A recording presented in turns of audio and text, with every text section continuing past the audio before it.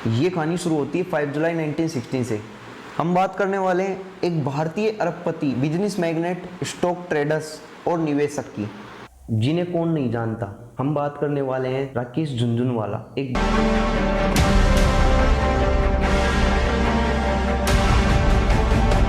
उन्होंने पिछले 30 सालों में साबित कर दिया कि शेयर मार्केट के 21वीं सदी के बिग बुल वो ही थे। राकेश झुनझुनवाला की कहानी किसी सपने से कम नहीं है। असंभव से दिखने वाली मंजिल को हकीकत से बदल देने की कहानी है राकेश झुनझुनवाला। बड़े बिजनेसमैन और एक शेयर मार्केटर। आगे इस वीडियो में आपको ऐसी मजेदार काफी सारी झुनझुनवाला द्वारा बताई गई टिप्स देखने को मिलेगी जो आपके शेयर मार्केट के पोर्टफोलियो के लिए काफी महत्वपूर्ण है। इसके लिए लास्ट तक देखते रहिए इस वीडियो को। उन्होंने 1985 में 5000 की पूंजी के साथ निवेश करना शुरू किया। 1986 में 5 लाख रुपीज लाभ के रूप में पाए। 1986 से 1985 तक 20 से 25 लाख रुपए लाभ के रूप में आए। ये अकाशा एयर के संस्थापक थे। 2021 में जेट एयरवेज के पूर्व सीईओ विनय दुबे के साथ भारत में एक कम लागत वाली अकाशा एयरलाइंस की स्थापना की। नई एयरलाइंस के पास सिर्फ 2 विमान थे। 70 और अतिरिक्त विमानों के लिए और ऑर्डर दिए गए और 3 शहरों के लिए और उड़ानें भरी गई। अकाशा एयरलाइंस की शुरुआत से पहले ही प्रधानमंत्री से मुलाकात हुई जो काफ़ी चर्चित हुई। ये काफ़ी ट्रेंडिंग रही, लोगों ने इस पर काफ़ी चर्चा भी की। एक देश का प्रधानमंत्री बड़े बिजनेसमैन के सामने खड़ा है, उसके ऊपर काफ़ी लोगों ने चर्चा की।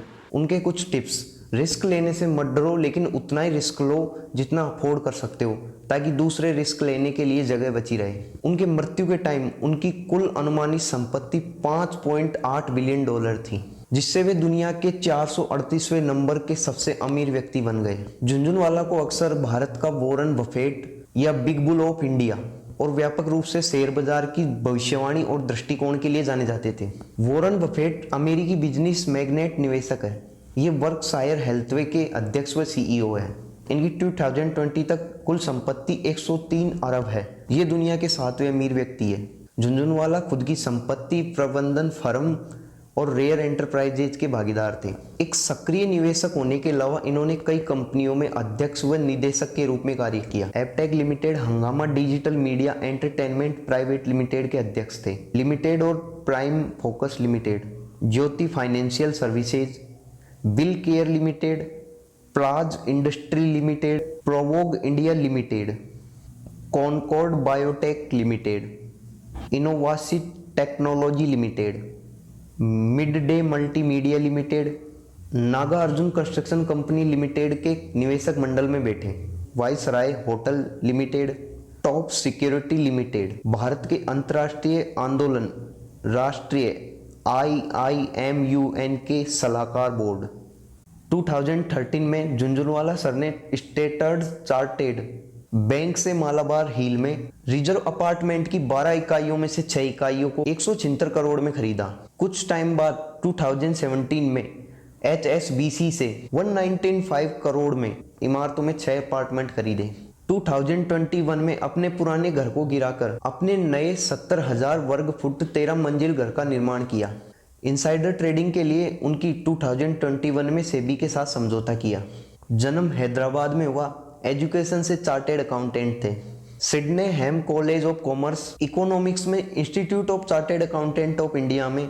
वाइफ का नाम रेखा झुनझुनवाला। राकेश झुनझुनवाला ने 22 फरवरी 1987 को रेखा झुनझुनवाला से शादी की और उनके 3 बच्चे थे। राकेश झुनझुनवाला के बड़े भाई भी एक चार्टेड अकाउंटेंट थे। वो जन्म से ही मुंबई के राजस्थानी मारवाड़ी परिवार में पले बढ़े थे। उनके पिता का नाम राधेश्याम जी झुनझुनवाला, जहाँ इनके पिता आयकर आयुक्त इनकम टैक्स ऑफिसर थे। इनके पूर्वज राजस्थान के झुंझुनू के थे। झुनझुनवाला सर की शेयर बाजार में दिलचस्पी तब पैदा हुई जब उन्होंने अपने पिता को दोस्तों के साथ शेयर बाजार की चर्चा करते देखा। उनके पिता ने उन्हें कभी भी निवेश करने के लिए पैसा नहीं दिया, यहाँ तक कि उनके दोस्तों से लेने के लिए भी मना किया। हाथ में ही अपनी बचत के साथ साथ कॉलेज में ही निवेश करना शुरू किया। 2020 तक उनका निवेश बढ़कर 11,000 करोड़ रुपए हो गया। 2021 में उनका सबसे बड़ा निवेश टाइटन कंपनी में था।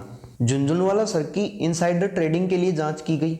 जुलाई 2021 में झुनझुनवाला व उनके सहयोगियों से सेबी ने कुल 35 करोड़ के नुकसान के बाद इस मुद्दे को सुलझा लिया गया था। झुनझुनवाला सर ने 18.5 करोड़ व उनकी पत्नी ने 3.2 करोड़ रुपए का भुगतान किया।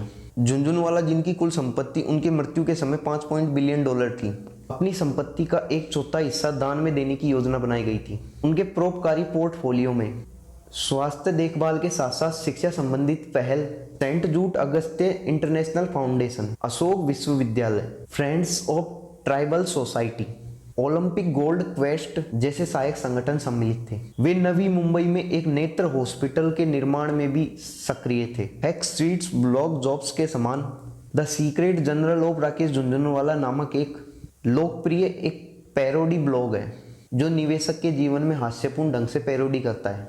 7 जून 2012 को द इकोनॉमिक्स टाइम द्वारा लेखकों को 2 लोगों के रूप में प्रकट किया गया। पहले वर्ष के लिए मार्क फिडेलमैन एक फोर्स स्तंभकार और बचे शेष वर्ष के लिए आदित्य मंगल।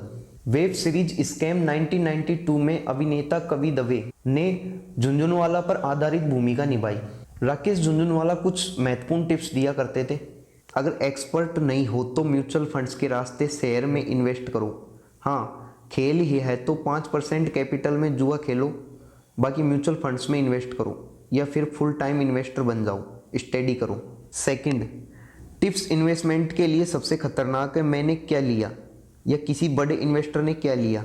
ये सब अव्वल तो अफवाहें होती है, अगर सही भी है तो भी मेरे इन शेयर को बेचने पर मैं इनकी जानकारी आपको देने थोड़े ना आऊँगा। तीसरा, केवल इन्वेस्टमेंट ही नहीं करना, अपने इन्वेस्टमेंट को लगातार रिव्यू भी करते रहना चाहिए। चौथा, 6 महीने में पैसे दुगने, 1 साल में 4 गुने हो जाने की न उम्मीद रखिए, न ही ऐसी उम्मीद दिलाने वाले के झांसे में आइए। अगर ऐसी उम्मीद है तो आप शेयर मार्केट नहीं घोड़ों के रेस में पैसे लगाइए। इसी लालच के चलते कोई भी कुछ समझाता है तो कर लेते हैं। सच्चाई ये है कि 18 से 20% से ज़्यादा रिटर्न आना मुश्किल होता है। पांचवा, मैंने शेयर मार्केट के बारे में बहुत कुछ सीखा है, लेकिन अभी जो सीखना है वो उससे भी कहीं ज़्यादा है। छठे नंबर पर, किसी को फॉलो करके शेयर मार्केट नहीं सीख सकते। राकेश झुनझुनवाला की आकाशा एयर में 45% हिस्सेदारी थी। राकेश झुनझुनवाला अपने दोनों बेटों को 25 साल का होना देखना चाहते थे, लेकिन ऐसा नहीं हो सका। कैसी लगी आपको राकेश झुनझुनवाला पर बनाई गई ये वीडियो? अगर अच्छी लगी हो तो प्लीज़ अपने दोस्तों को शेयर कीजिए। इनसे हमें काफ़ी कुछ सीखने को मिलता है। शेयर मार्केट के कुछ बेसिक पॉइंट, जिससे हमें शुरुआत के कुछ पॉइंट से ही हमें शिक्षा मिलती है कि शेयर मार्केट क्या है और किन किन चीज़ों से हमें गुजरना पड़ता है। अगर आपको ये वीडियो पसंद आया तो please like, subscribe and share. Thank you. मिलते हैं नेक्स्ट वीडियो।